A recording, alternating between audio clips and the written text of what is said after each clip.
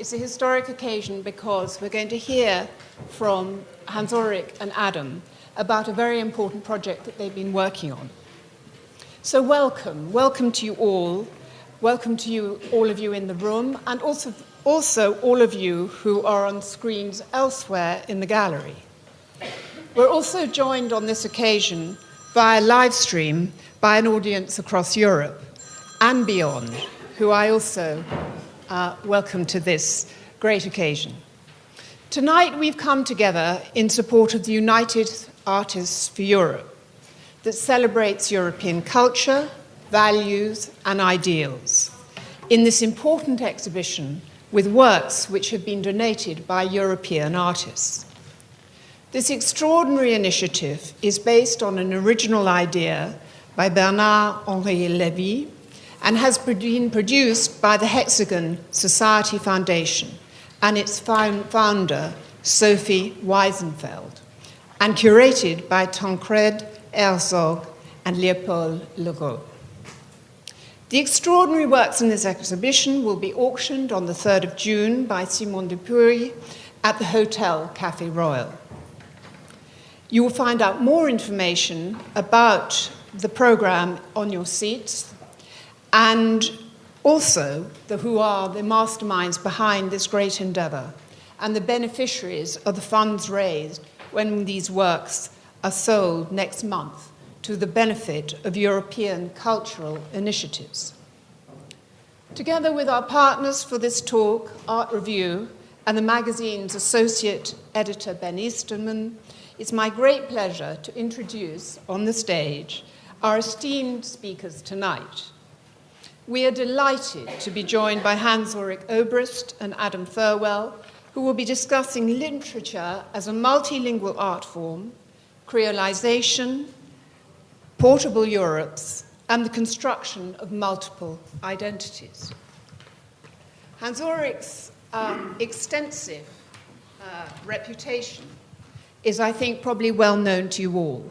He is artistic director of the Serpentine Galleries in London. Since 1991, he's curated more than 300 exhibitions, and in 2011, he received the CCS Bard Award for Curatorial Excellence.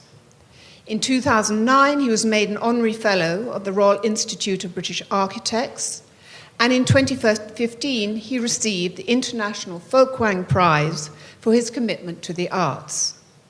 He is the author of the Interview Project, an extensive ongoing series of interviews, and his Art of Handwriting project on Instagram protests the disappearance of handwriting in the digital age. His recent publications include Mondialité, Somewhere Totally Else, Conversations in Colombia, Ways of Curating, The Age of Earthquakes with Douglas Copeland and Schumann Bazaar, and Lives of the Artists, Lives of the Architects. In July this year, Hans-Ulrich is co-curating with the celebrated writer Adam Thirlwell as part of the Manchester Festival Studio Creole, a group show designed by Rem Koolhaas and Cookies and directed by John Collins.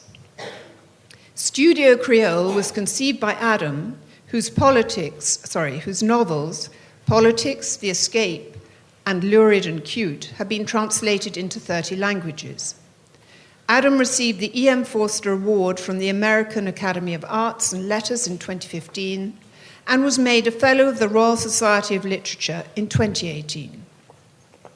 Before I hand over to Hans-Ulrich and to Adam, a brief word for all of you who are staying for tonight's performance by Bernard-Henri Lévy. We would be very grateful if you could leave this room after the talk is finished and join us for drinks in the hallway so that we can arrange a stage for the performance, which starts at 7 o'clock. Many thanks.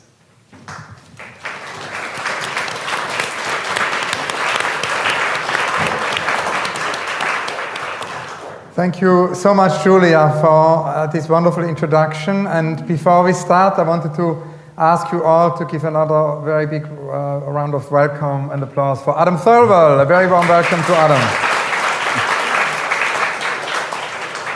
Very excited to speak here in the context of United Artists for Europe, this initiative of Bernard-Henri Lévy, a very urgent initiative. And I wanted to begin actually with a quote by the poet Etel Adnan, who is now in her 90s, Lebanese, French, American poet who is now Paris-based. And she wrote for my Instagram a few months ago, "The world needs togetherness, not separation.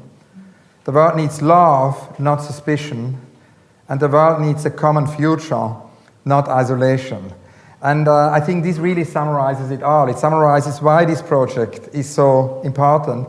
At a moment when in Europe togetherness is threatened by separation, when love is threatened by suspicion, and when the common future, is threatened by isolation, it is a very, very important initiative. I want to thank, of course, Tadeusz and Julia, thank also Bernard, and thank Bernard's team, Tancred and Leopold, and also Sophie, whom Julia already mentioned, who have organized this, and again mention also the importance of this auction, which the United Artists for Europe auction, where so many artists participated. I thought to kind of kick off this conversation, and before handing over to Adam, who will tell us then about this project Julia mentioned in Manchester, which has a lot to do with Europe. It's really a celebration of multilingualism. It's a celebration of the many, languages. It's also for the first time that we experiment with literature in a group show, and I thought it was interesting because, of course, Bernard-Henri Lévy so very often goes beyond the pages of the book and produces reality in many different ways, as here, with this project, and Adam, in a very similar way, has very often produced reality outside the space of the book, has curated actually translation projects. And so we've been thinking for a long time in Manchester, because I've been curating projects with the Manchester International Festival from the very beginning, and with Alex Poots, group shows where artists were given time instead of space, and we brought in lots of different disciplines. The festival is a great space where one can actually, experiment with new formats. And we felt, together with Sean McGrath, the director, this year, that it could be very urgent to actually curate a literature group show. And Adam will tell us more about it in a minute, how we came up with the rule of the game and how the different writers are going to actually spend time in Manchester, and how this exhibition will be actually a very performative space. It will be designed by the architect Rem Koolhaas. Rem is going to design a space for the writers, and it's very inspired actually by, and this brings us back to why I felt it would be so good to have this conversation in the context of United Artists for Europe, because one of the very big inspirations for this project for Rem was actually his experience when he worked for the EU in Brussels, and he was involved in redesigning a logo for the EU, was also part of a think tank with Umberto Eco and many other thinkers and philosophers a few years ago. And as part of that research, Rem was studying this translation, how do you call them in English? The translation cabins or the translation? The interpreter's booths. The interpreter's booths, right, which of course are there, so present as part of every EU session. And as you will hear later, that has become a very central feature in the architecture, of the exhibition in Manchester. But before we begin to talk about all of this, I wanted to talk a little bit about Édouard Glissant, because I still feel that Édouard Glissant is not read enough. And I think particularly in the current situation in Europe, Édouard Glissant is a very urgent writer. He was born in Martinique in 1928 and died in Paris a few years ago. Was a philosopher, a writer, a poet, and really called attention to means of global exchange which do not homogenize culture, but produce a difference from which new things can emerge. He bears the intellectual significance really for our time, and is certainly the kind of thinker who is for me a toolbox every day. I have a ritual that every morning when I wake up, as the first thing, I read 15 minutes of Édouard Glissant. And I vividly recommend you all this ritual because it's extraordinary. And the reason really is that Glissant early on understood two things. He understood that we live in a world of globalization, and this, of course, is not the first time the world experiences globalization. You can say the Roman Empire was a moment of globalization, but it is certainly the most extreme and we could also maybe say the most violent moment of globalization there has ever been, fueled by technology. And that, of course, leads to a lot of different things disappearing. It leads to extinction. I mean, Elizabeth Colbert describes that we're in the middle of a sixth mass extinction, and it leads not only to a disappearance of species, more than 1 million species, as we know now, are on the brink of extinction, but it also leads to the disappearance of many cultural phenomena, of languages, of handwriting. As Julia mentioned, I have my project on Instagram, basically resisting every day the disappearance of doodling and handwriting, but also the disappearance of words, the disappearance of many, many cultural phenomena. And so Glissant observed that, and he said we have to resist this disappearance. But he observed the second thing very early on, which brings us right away, of course, also to Europe in 2019, which is that there will be a counter-reaction to this extreme form of globalization, and that this counter-reaction will produce new forms of nationalism, new forms of racism, new forms of lack of tolerance, and that we need to resist that as strong as we resist the former. So he says we need to resist both of these things. We need to resist the homogenizing globalization, and we need to resist this new nationalistic, isolationistic, is that the word? Isolationist kind of counter-reaction, and for this reason come up with a kind of a different form of globalization, which what he calls is mondialité. And I think every day, when I wake up, how can I make, in my small way, a contribution through exhibitions, through art, to this idea of mondialité. What is interesting, I think, is of course that Glissant has come up with many different concepts we can use today as tools. I mean, one is of course, as announced in the title of the speech today, creolization. The history and landscape of the Antilles, where Glissant came from, the point of departure of his thinking, is something which was very, very important for him. And the first issue that preoccupied him was national identity in view of the colonial past. That is also the theme of his first novel, which is very interesting to reread now. It's translated into English. It's called La Lézarde. It's a novel from 1958, The Ripening, translated in 1985. And Glissant there considers the blend of languages and cultures a decisive characteristic of Antillean identity.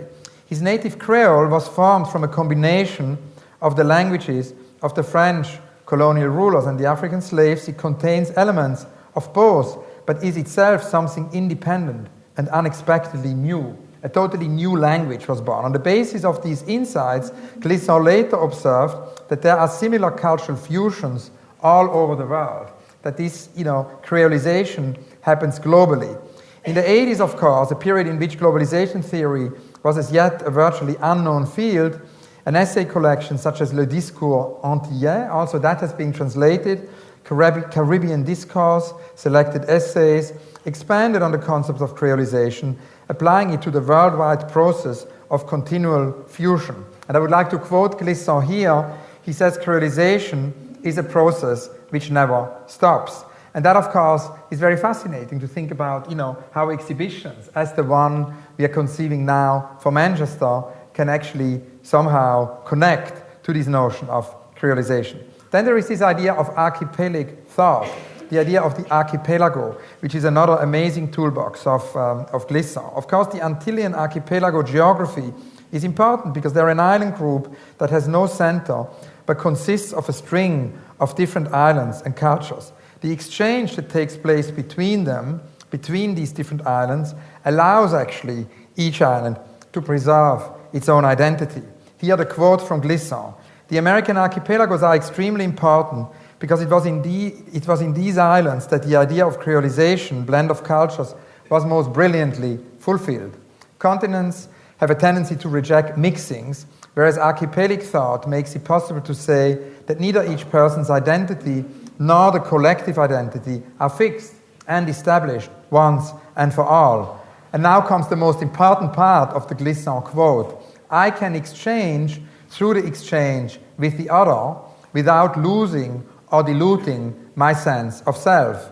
And that is, of course, end of quote, what archipelagic thought can teach us. And I think that's the most important thing Glissant tells us, that we can change through the exchange with each other, so that there is no fear of losing our identity in this exchange. On the contrary, our identity, becomes richer to that. Then, of course, that raises the question how we can bring that into exhibition, how we can bring that into the museum. And it's interesting that actually Glissant wanted to build an institution. He had an incredible school. So here again, we have like Bernard and like Adam, we have with Edouard Glissant, a writer, a novelist, a poet who goes beyond the page, who wants to produce reality.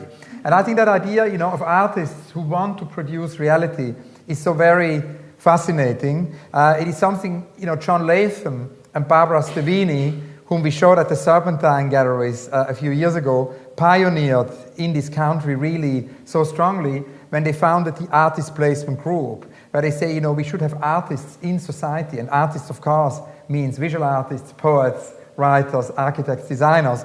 We shouldn't just have them, in the field of culture. They should be part of, every organization, which is why, actually, Latham and Stevini said that every institution, every corporation, every company, every brand, every government should have an artist in residence. That was the idea, of the APG. A still very urgent idea. And this idea, of going beyond the exhibition, going beyond the page, of art producing reality, of, we can also call it social sculpture, as Joseph Beuys did, is of course something Glissant did very strongly, because he actually created, first of all, he was of course part of the resistance. He spoke out in favor of Martinique's independence from France.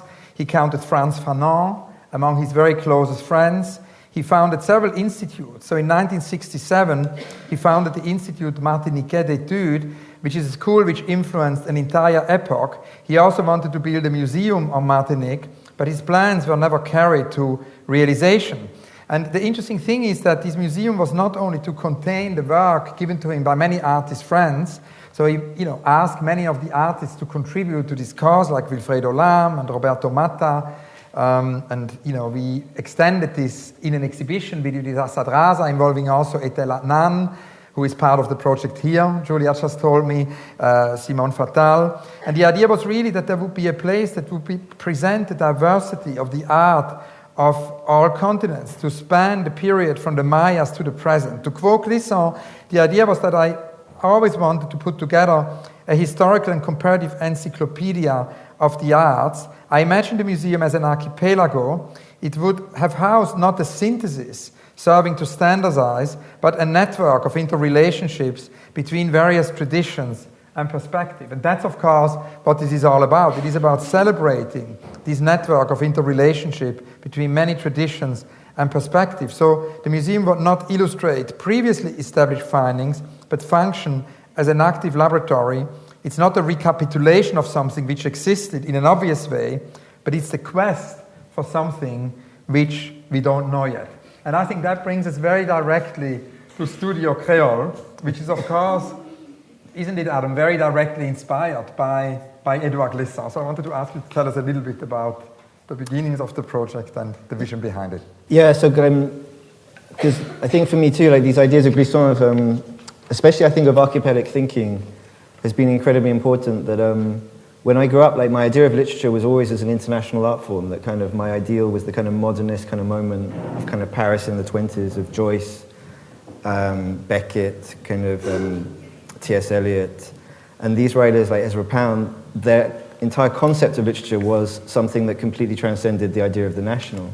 But then you get this kind of specific problem. It seems to me that that can kind of make a huge amount of sense in the visual arts or in music, but in literature you have this specific problem of language, which certainly from the 19th century onwards was kind of put into this nationalistic paradigm that language was seen, that the literature of a country was seen as something that belonged to a country. And this always seemed to me depressing, especially I think as a novelist, where for me, the novel, especially as an art form, is one that is inherently, essentially European in its kind of beginning, and it's one that speaks across kind of languages, and that if you only are kind of it doesn't really to me make any sense to kind of describe something as the Russian novel or the British novel. And so I think for a very long time I've always been fascinated therefore by translation and the role translation has to play in literature and the way it's kind of occluded. And it seems to me that translation is exactly kind of the kind of term that Glissant always talks about, that it's both the kind of creolizing agent, it's something that makes two languages kind of come together in contact and sometimes alter each other.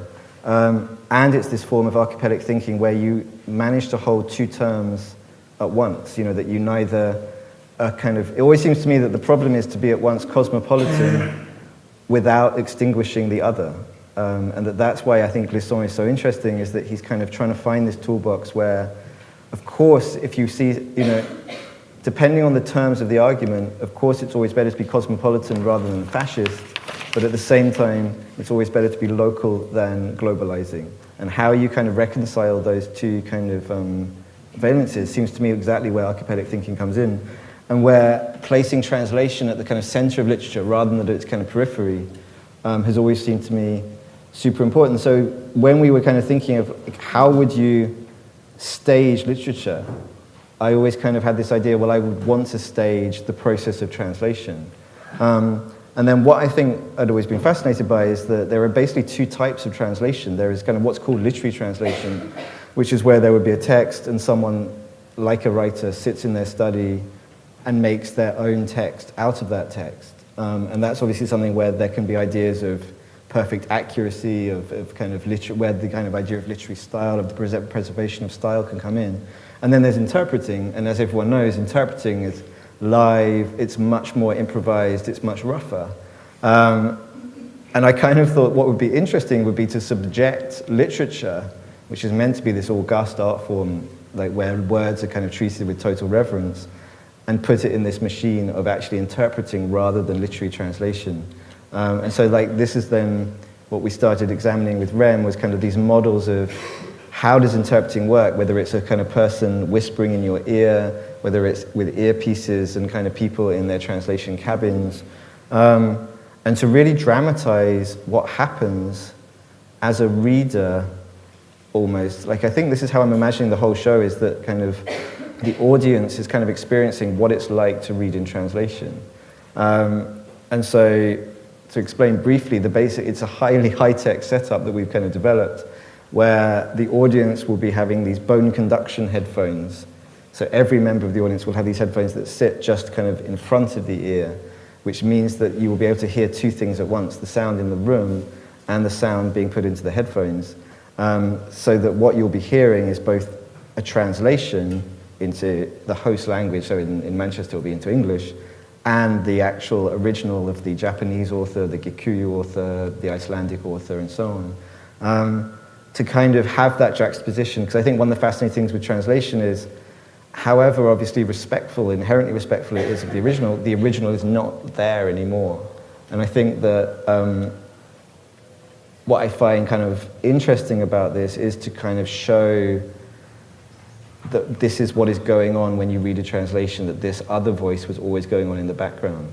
And that's where I think Lee Seong was also very important, was the idea of that you must always kind of be respectful towards both terms of the transaction, both terms of the relationship.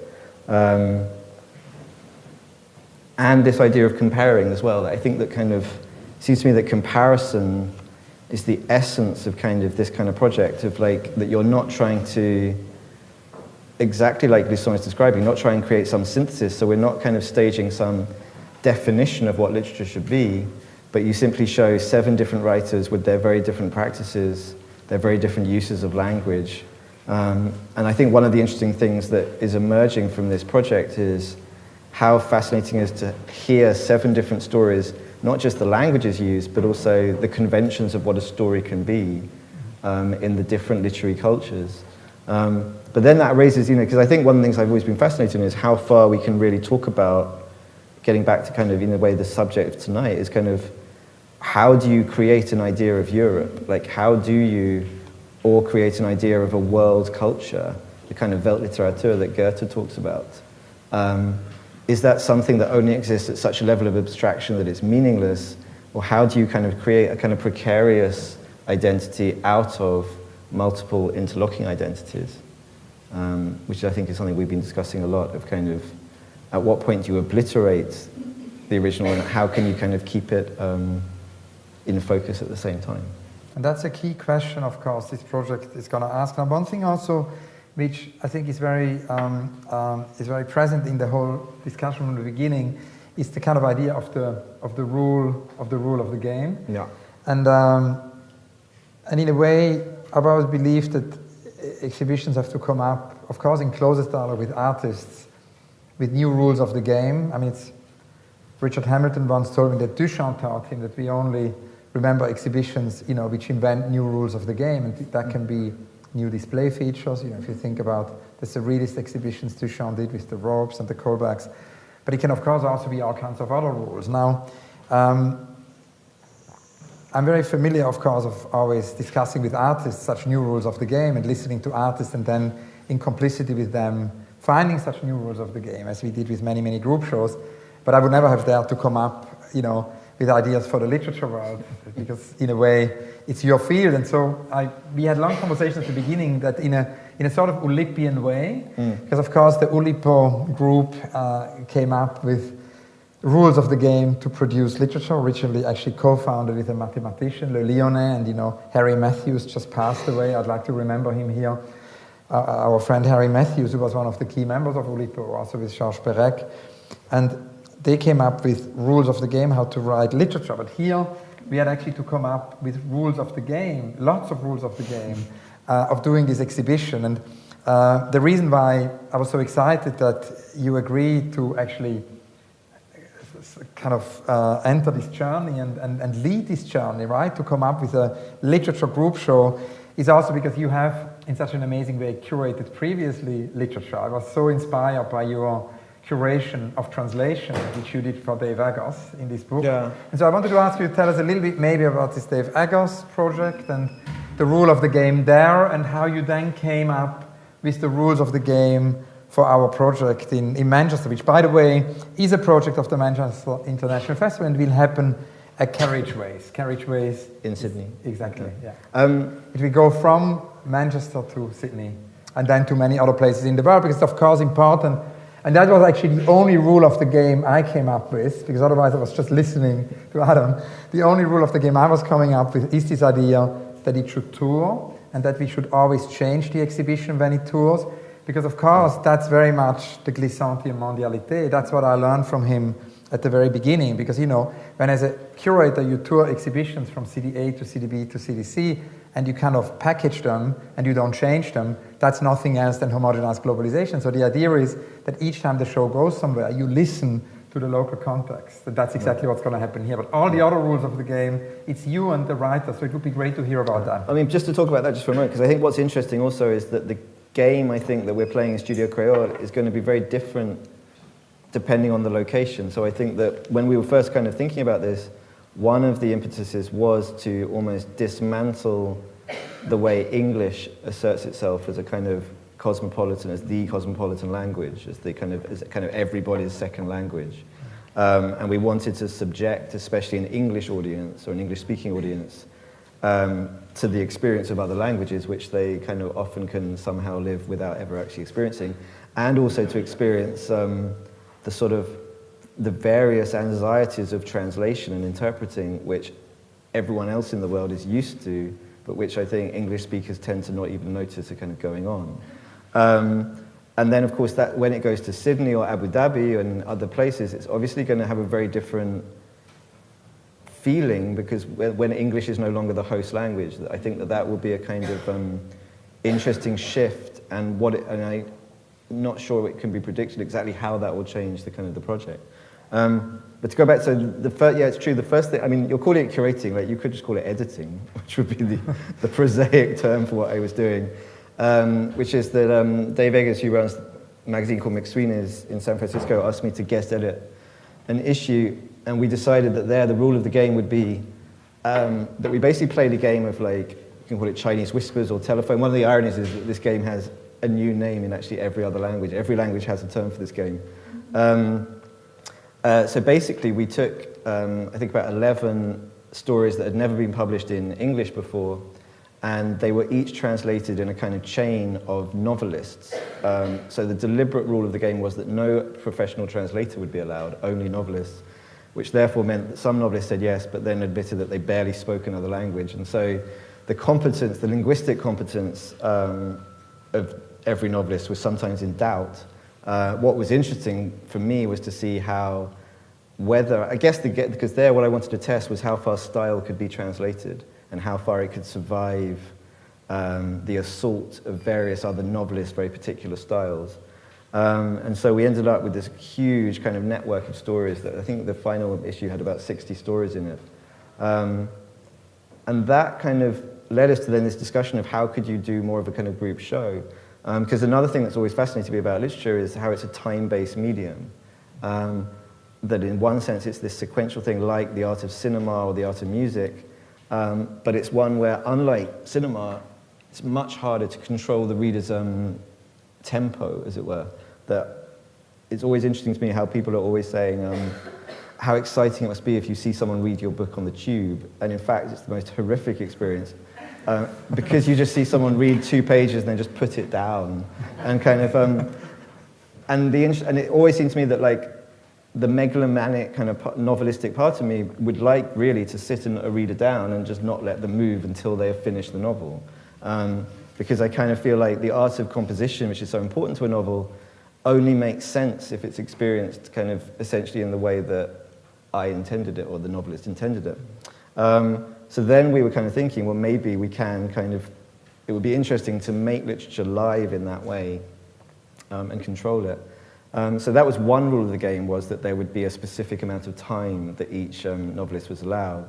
And then I think in the end, the rules have become relatively simple, that no writer is allowed from the host language, so there can't be an English-speaking writer in Manchester. And that the stories, the only other thing we did was we said that each story had to be in the first person, and an anonymous first person, because I think what we were interested in doing, one of the problems I think of all anthologies, and maybe it's the problem of all group shows as well, is how do you create a unity out of the diversity? If you simply randomly ask people to write any short story, sometimes that might provoke fascinating networks of themes, and sometimes it simply creates something which feels too disparate. And so with that idea of the kind of, that there would be one constraint on the story, that they would be first-person narrations, the hope is that these things will then echo each other, mirror each other, and form some kind of supra-whole. I guess, again, like thinking of Europe, in that kind of, how do you create a kind of almost a federal identity out of the kind of individual elements of every novelist? And then another rule of the game is, of course, the theme.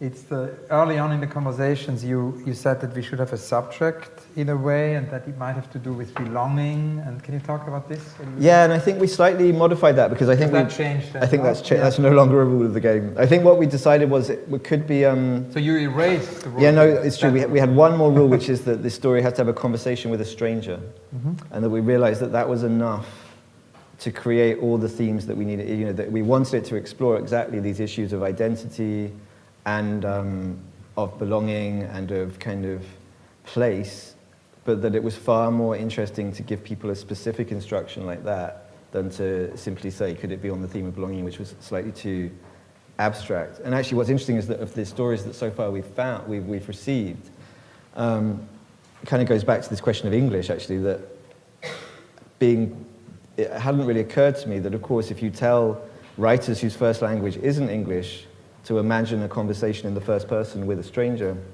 in every single case, or in 3 or 4 of the cases, it's a conversation where 2 people, neither of whom speak each other's language, talk in English, because that's everybody's common language.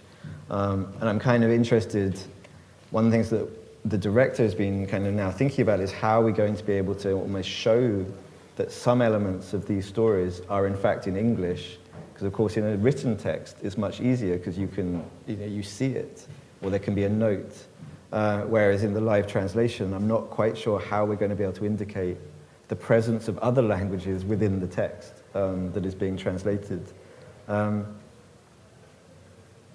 there's of course also the whole thing. I mean, there's one more rule of the game, actually. I forgot to mention. All the rules. And that's a rule of the game which is implicit in the festival, which is that the festival always commissions new work. And so that means that, I mean, it's a very obvious rule, but that all the stories are actually commissioned, that they're written. And that's, I mean, the interesting thing is also how the festival is actually born, because it goes back to when we said, the novelist who goes beyond the page and produces reality, or the artist who is a social sculptor, the whole John Latham idea, Barbara Stevini idea of the artist placement group, that's how MIF started. Because it's actually really important that at the beginning, about 12, 15 years ago, the leader, the mayor of Manchester, actually called Peter Saville, the designer who was so instrumental in the Hacienda and, of course, Joy Division, and very essential for a very specific moment of Manchester blossoming with culture and music. And the mayor asked Peter Saville to be the cultural advisor and basically the cultural director of the city of Manchester. He have a great example of what John Latham and Barbara Stevini said. He's an artist who was all of a sudden close to the city. And what did Peter Saville say? One of the first things he said, there should be a festival in Manchester where all new work is commissioned. And he was also instrumental in finding the founding director, Alex Booth. All of that would never have happened, without Peter Saville. So it connects, to the APG. And of course, this rule of the game there was for the festival that it's all new work, that it's always a world premiere, where people would see that work first in Manchester. One thing which I think is important to address also is that we, of course, had to build a team, because it's a very unusual group show which involves not only literature, but it involves, of course, also space. So we appointed an architect, and I mentioned already why Rem, because these conversations with him for many, many years, both of us had, about his interest in these interpreters in the EU, when he works with the EU and thinking about an exhibition in relation to that. Rem then invited architect Federico Martelli to collaborate with him, and they're arranging and designing a set really where all of this will happen, a device also. And then, of course, there is the director, whom you mentioned several times, John Collins. So I wanted to ask you to tell us maybe a little bit more about these dialogues, your dialogues with the director, with Rem, with Federico. Then we, of course, also have the graphic designer, Irma Boom, who will design the booklet. Yeah. It would be interesting to hear more about that. Yeah, so John Collins, who's the director, runs a theatre company in New York called the Elevator Repair Service. And I think the reason we went to him is ERS, their most famous production is GATS, which was a kind of huge success a few years ago, which was a kind of 7-8 hour complete retelling of The Great Gatsby, word for word. And ERS has worked hugely with, he will always kind of base his kind of work from a text, but then do incredibly surprising things with it, and especially involving sound design, and especially as we've been talking to Rem, and Rem had been, I think, fascinated about the sound possibilities of how you use interpreting. And so it's been really interesting, I think, watching, these different elements, because I think it's become a kind of vast, from a relatively small idea. I don't think we were quite aware how much kind of technical expertise, how much architectural expertise, and how much kind of dramatic expertise because actually we're forgetting one element as well that got added into this project, is that I remember the first time we discussed it, the visual image that Hans-Ulrich and I came up with was that there would be 7 writers on stage, and there'd be about 45 interpreters who would be translating in every single direction.